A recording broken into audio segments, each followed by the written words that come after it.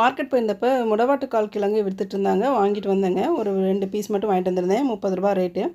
இது வந்து பார்த்திங்கன்னா, கொல்லிமலையில் மலைப்பிரதேசங்களில் விளையும். கொல்லிமலையில் நிறைய முறை இது போகும்போதெல்லாம் இதை குடிச்சிட்டு வருவோம். ரொம்ப நல்லா டேஸ்ட்டாக இருக்கும். ஃப்ரெஷ்ஷாக போட்டு தருவாங்க. ரொம்ப நல்லாயிருக்கும். இன்றைக்கி வாங்கிட்டு வந்திருக்கேன். எப்படி செய்யுதுன்னு பார்க்கலாம் வாங்க. இந்த ஆட்டுக்கால் கிழங்கு பார்த்திங்கன்னா, ஆட்டுக்காலில் எப்படி இருக்குமோ அதே மாதிரியே முடிகளாக இருக்கும். அதெல்லாம் எடுத்துடலாம். ஸ்கின் எல்லாத்தையுமே ஃபுல்லாக எடுத்துகிட்டு கழுவி எடுத்துக்கலாங்க. பார்க்கறதுக்கு இப்படி தான் இருக்கும். இஞ்சி பார்க்குற மாதிரி தான் இருக்கும். எல்லாமே க்ளீன் பண்ணி எடுத்துக்கலாம். நான் வந்து தக்காளி ஒரு 3 தக்காளி, வெங்காயம் 2, சின்ன வெங்காயம் சேர்த்துக்கிட்டால் ரொம்ப நல்லது. சின்ன வெங்காயம் இல்லாதனால நான் பெருசு எடுத்துக்கிட்டேன்.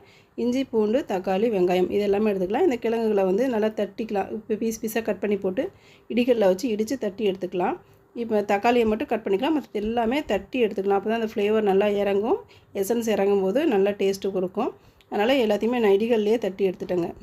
என்னுடைய 2 பொண்ணுங்களுக்குமே இந்த சூப் ரொம்ப பிடிக்கும். பெரிய பொண்ணு ஆட்டுக்கால் வாங்கிட்டு வந்து சூப் வச்சா கூட குடிக்க மாட்டாங்க. ஆக்சுவலாக நானே குடிக்க மாட்டேன். ஆட்டுக்கால் கிழங்குல சூப் வைக்கும்போது ரொம்ப நல்லாயிருக்கும். உங்களுக்கு பிடிக்கும், குடிப்போம். இது வந்து கை கால் வலி குடைச்சலாக இருக்குது அப்படின்னு சொல்லுவாங்க இல்லையா, அது மாதிரி மூட்டு வலி, கை கால் வலி இதெல்லாம் போகிறதுக்கு ரொம்ப நல்லாயிருக்கும். நீங்கள் கிடைச்சது பக்கத்தில் இருக்குது, அடிக்கடி கிடைக்கும்னா நீங்கள் வாங்கி வாரத்தில் 1 நாள் 2 நாள் இப்படி செஞ்சு சூப்பாக குடிங்க. ரொம்ப நல்லது. நாங்கள் அடிக்கடி செய்வோம். சில சமயங்கள் செய்கிறதுக்கு வாங்கிட்டு வந்து வச்சு 1 வாரத்துக்கு 2 வாரத்துக்கு வந்து ஃப்ரிட்ஜுக்குள்ளேயே கடந்து தூக்கி வீசின நேரமும் இருக்குது. ஆனால் அதை நினச்சா இப்போவே கொஞ்சம் வருத்தமாக தான் இருக்குது.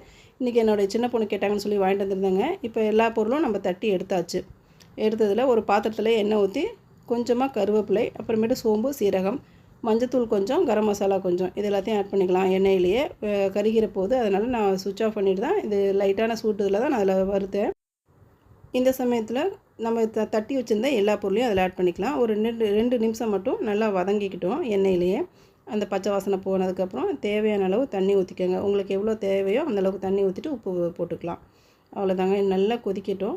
அந்த ஃப்ளேவர்லாம் இறங்கணும். அதனுடைய மருத்துவ குணம் எல்லாமே அதில் இறங்கணும் இல்லையா, அதனால் நல்லா கொதிய விட்டுலாம்.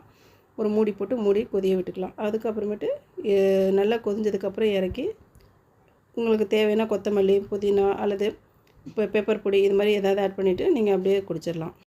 இந்த கிழங்கு சூப்பு பார்த்திங்க அப்படின்னா, கை கால் வலி, மூட்டு வலி, முடக்குவாதம் இது மாதிரி வாத பிரச்சனை உள்ளவங்க எல்லாருமே இதை குடிக்கலாம். பெரியவங்க வயசானவங்களுக்குலாம் படி ஏற முடியாத அளவுக்கு இருக்கும் இல்லையா, அவங்க எல்லாருமே இதை குடிக்கலாம். அப்படி இருக்கும்போது நீங்கள் ஏன் குடிக்கிறீங்க அப்படின்னு கேட்காதீங்க. ஹெல்த்தான ஃபுட்டு தான். இதில் எல்லாருமே இருக்கிறவங்க, கை கால் வலி இல்லாதவங்க எல்லாருமே குடிக்கலாம். அதனால் நீங்களும் ட்ரை பண்ணி பாருங்கள். அப்புறம் ஒரு முக்கியமான விஷயம், கிழங்கு சாப்பிடக்கூடாது, சூப்பு மட்டும் குடிங்க.